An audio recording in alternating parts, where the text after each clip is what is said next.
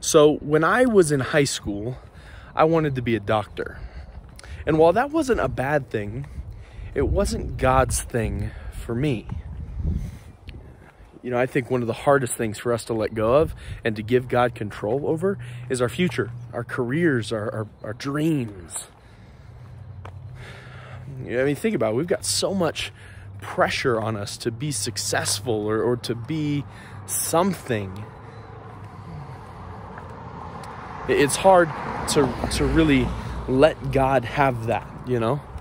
We might be afraid that what he gives us is not as good as what we have in mind, right? Or we might have this hesitations that he is good.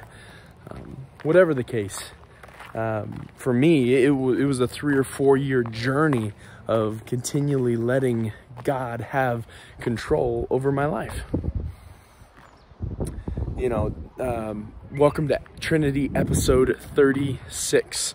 Today we're talking about meditation. Now, we talked about the definition of meditation, to set your mind on or revolve your mind around the things of God. We've also talked about how functionally meditation acts as like a way to clear room in your heart for Jesus, and helps us to follow Jesus more closely because we have more relational connection with him.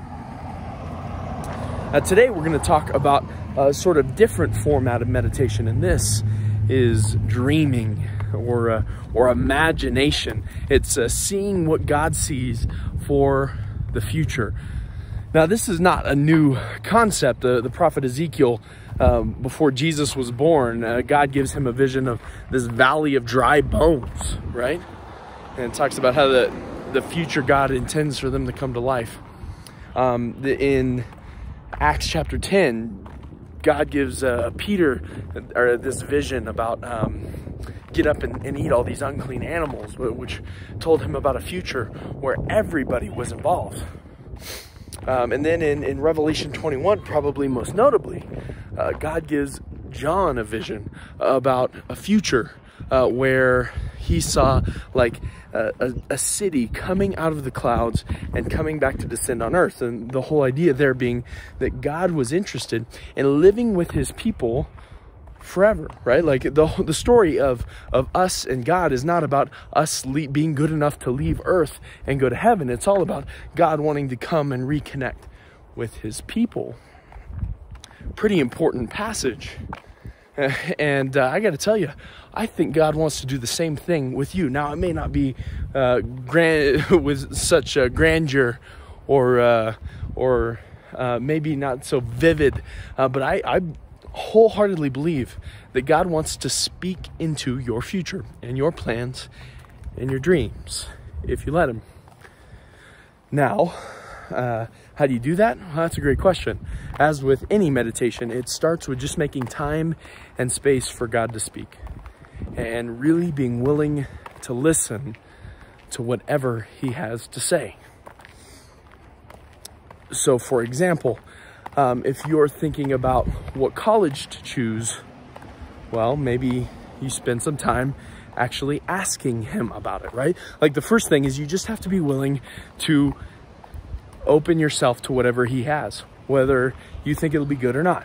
And this is hard because the truth is, so many of us have like self-limiting beliefs, and we have voices from our childhood of what people have said about us that we begin to believe, and we have even experiences where we failed and we're afraid to push for more. And God doesn't have any of those, right? God's dreams, probably the craziest thing about inviting God into our future is that his dreams for our future may be way bigger than ours.